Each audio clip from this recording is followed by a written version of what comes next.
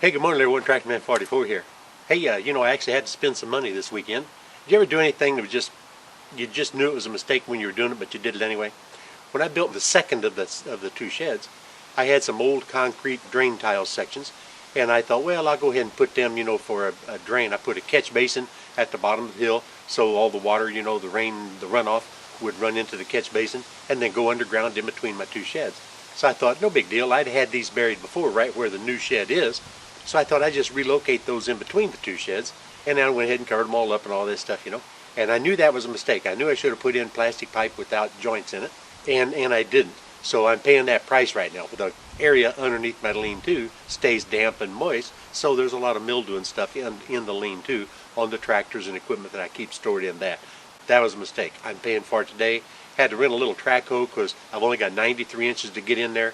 So I'm going to have my son come over, and we're going to dig those out and prepare the ditch to put in 40 foot of plastic corrugated pipe. So it'll be a fun day. What the heck, live and learn.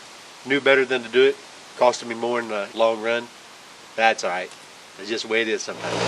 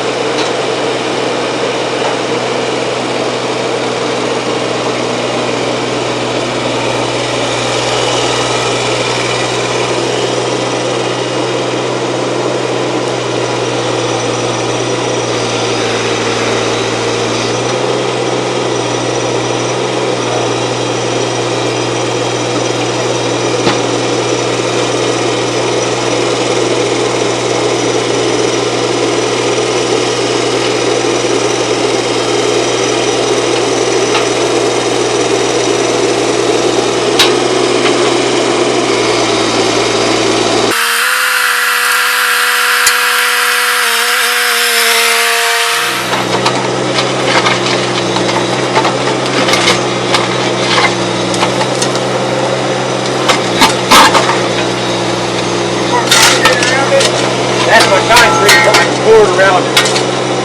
So right here. This is plastic where my shovel is. That's plastic where my shovel is. Right there, I'm putting concrete. That's what I poured back. You come all the way down to here, I think.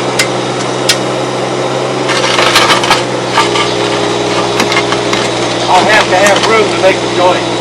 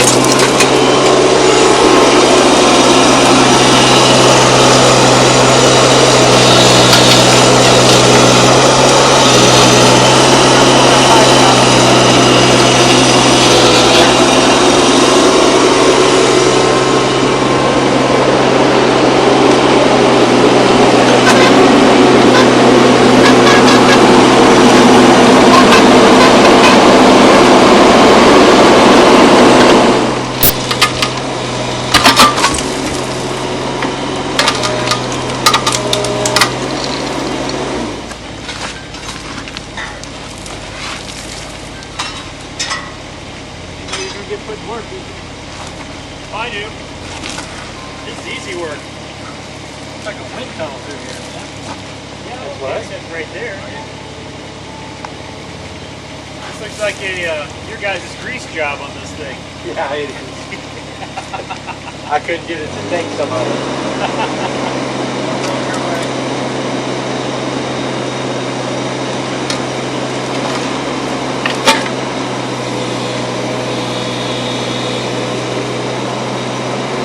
I can't believe how tight this thing turns. Pretty awesome.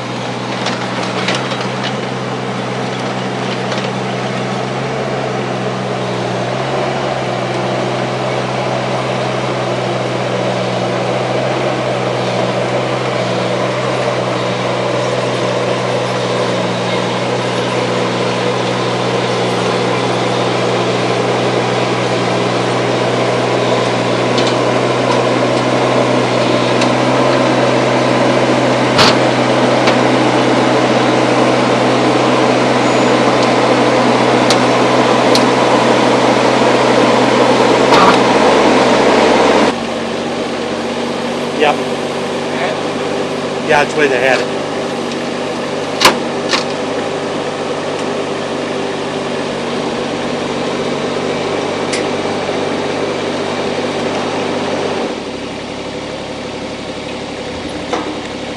Yeah, that was a Kubota U17, I think it was. I don't know what the horsepower was or anything, but we ran that thing wide open throttle literally for about 6 hours. Not necessarily non-stop, but it was pretty much wide open throttle for 6 hours, and burnt literally 1.89 gallons of fuel.